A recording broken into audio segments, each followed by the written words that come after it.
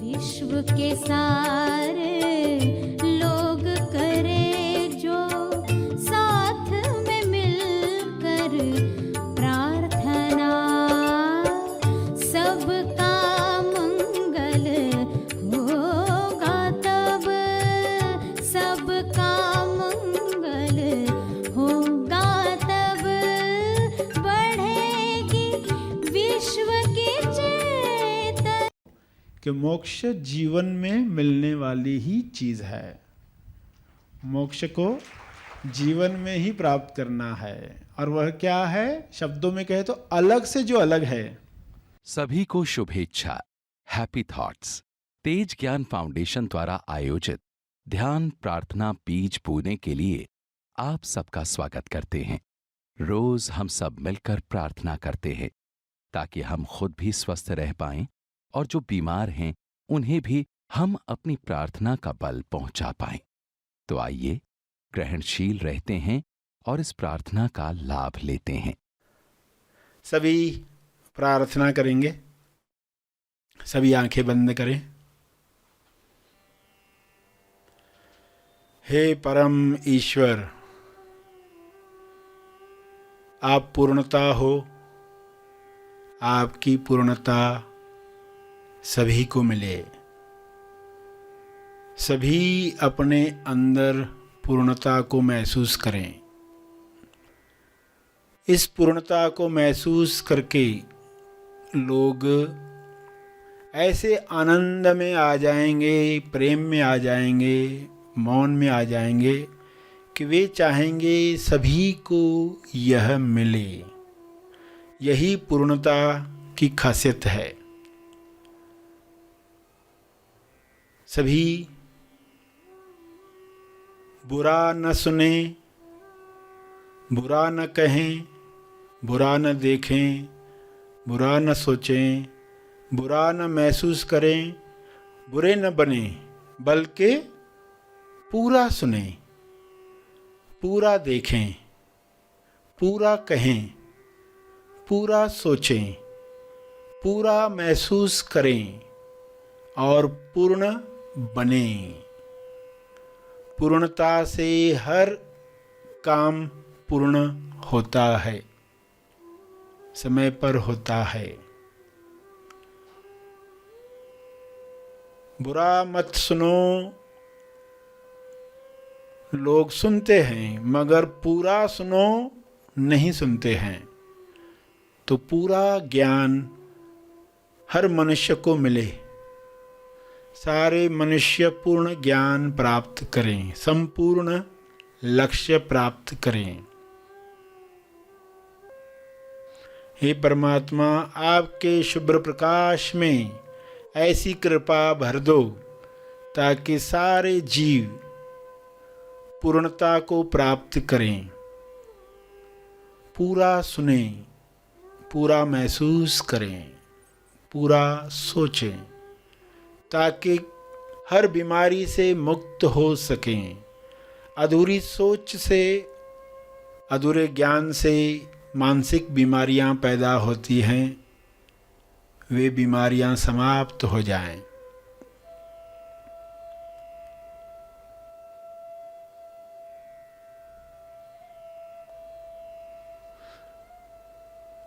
कोई किसी को बुरा कहे तो बुरा न माने, पूरा जाने।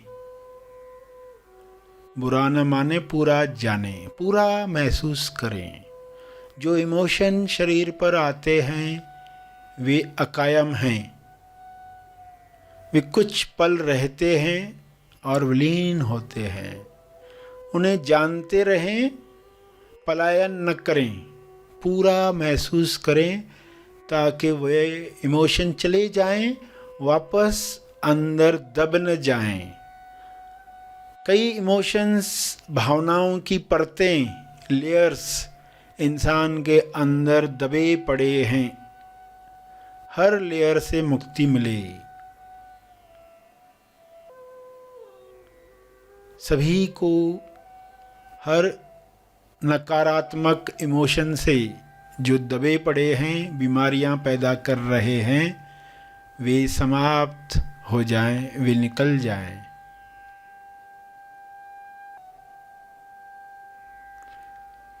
हे परमात्मा, विश्व के हर मनुष्य को ये समझ मिले कि वह आंशिक सत्य न देखे, पूर्ण सत्य देखे, पूर्ण सच्चाई देखे।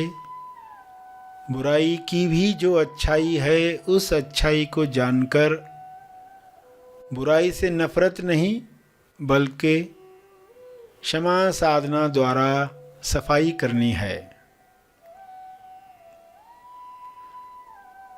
बुराई की सफाई बिना नफरत लाए, ये सच्चाई है।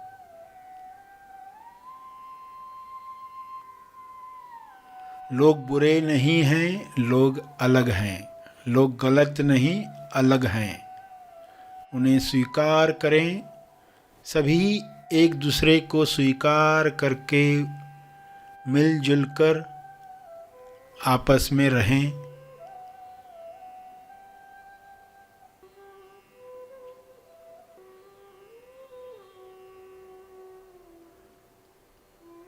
पृथ्वी से सारी बीमारियां समाप्त हो जाएं जो बुराई के पक्ष में हैं, जो पूरा सोचने नहीं देती, जो डरा देती हैं। लोग डरों से बाहर आ जाएं, खुलकर खिलकर गुलाब की तरह पूरा लाल हो जाएं। पूर्णता का आनंद सबको मिले, सबको मिले।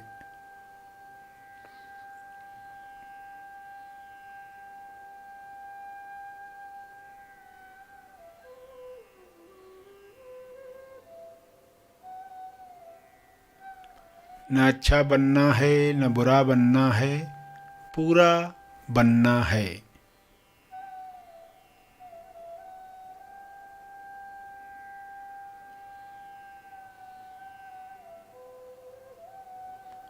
तेज सफल हर मनुष्य बने, पृथ्वी लक्ष्य प्राप्त करके पृथ्वी से जाए, स्वस्थ रहकर जाए।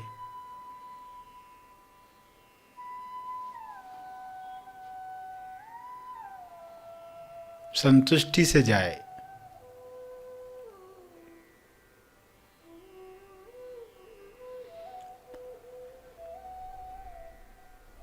अपने शब्दों में प्रार्थना करते रहें।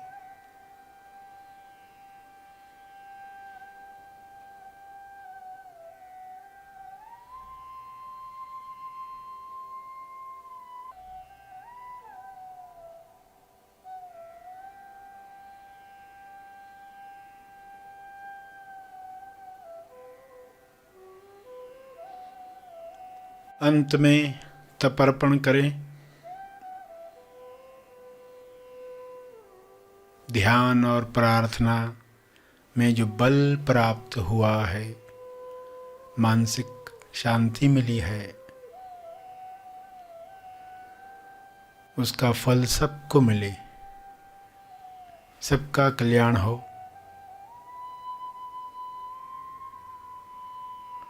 हर जीव सुखी बने, इस भाव के साथ सभी आंखें खुलें।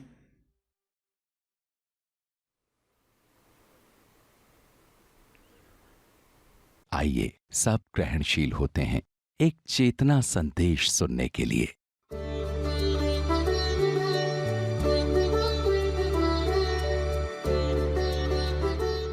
जब कुछ लोगों के अंदर आया कि अब अलग से अलग कुछ करना है, उसी से ही कुछ होने की संभावना है। अब ये अलग से अलग जो होगा उसको कुछ नाम तो देना चाहिए, वरना बोलचाल में हम बातचीत कैसे करें? क्योंकि जो अलग से अलग होगा उसको आप न शक्ल दे सकते, न रूप दे सकते, तो मगर फिर भी कोई नाम देना चाहिए।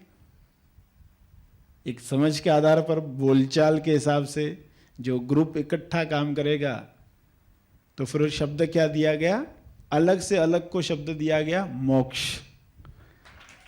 एमो कक्ष, मौन कक्ष, एमो कक्ष, मोक्ष, ये सहूलियत के लिए शब्द दिया गया, बोलचाल में आसानी हो। मगर फिर शब्द कैसे उलझा देता है, लोग मोक्ष का अर्थ कैसे लेते हैं, कैसे अर्थ लेते हैं।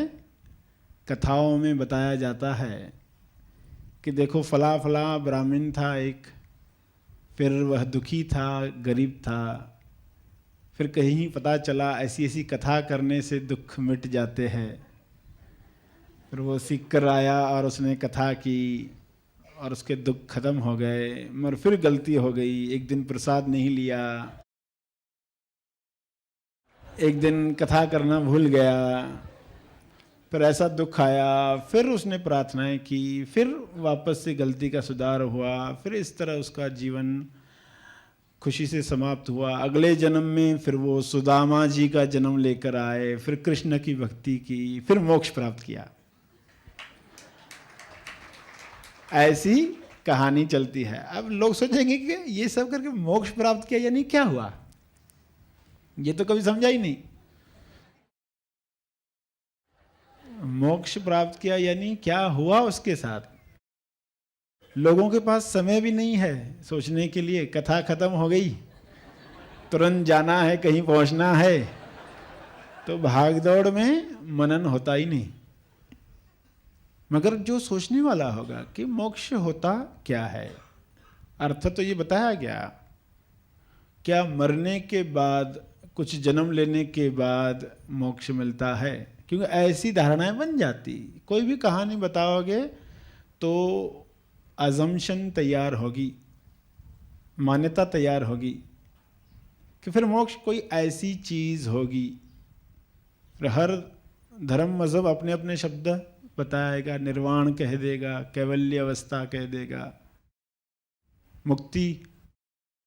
मगर अर्थ क्या बनता है? मरने के बाद कोई मोक्ष की अवस्था आती है। तो ये बात सभी को क्लियर हो, साफ हो कि मोक्ष जीवन में मिलने वाली ही चीज है। मोक्ष को जीवन में ही प्राप्त करना है। और वह क्या है? शब्दों में कहे तो अलग से जो अलग है, अलग से जो अलग है वह है मोक्ष। जो भागदौड़ चल रही थी, हर युग बदल रहा था, तो वो भागदौड़ खत्म हुई, स्टिल हुए और देखा कि हम उसी में ही है, मोक्ष में ही है। फिर उस मोक्ष का असर इतना हो जाए कि हमारे जीवन में दिखाई दे। बाथरूम में किसी ने पानी भरने के लिए रख दिया है, बाल्टी भर जाने के बाद पानी बाहर आना शुरू होता है। फिर जब बाहर रूम में आ जाता है तो पता चलता है पानी बहकर फिर रूम में आ गया, घर में आ गया। यानी जो अनुभव पर हम जा रहे, रोज जा रहे, थोड़ा थोड़ा जा रहा है, फिर एक समय आएगा कि वो जीवन में दिखाई देगा, बाहर आ गया है सब। तब कन्विक्शन होगी बाहर, यानी अब फिर बाहर की चीजें हमें रोक नहीं पाएगी।